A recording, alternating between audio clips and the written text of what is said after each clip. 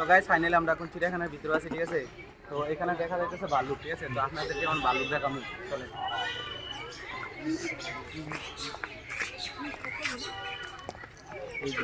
এই দেখুন, এটা হচ্ছে ভাল্লুক, ব্ল্যাক কালার, হোয়াইট থিমে।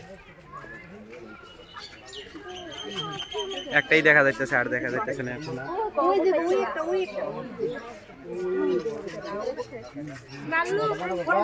একটাই দেখা যাইতেছে, আরেকটা দেখা যাইতেছে না।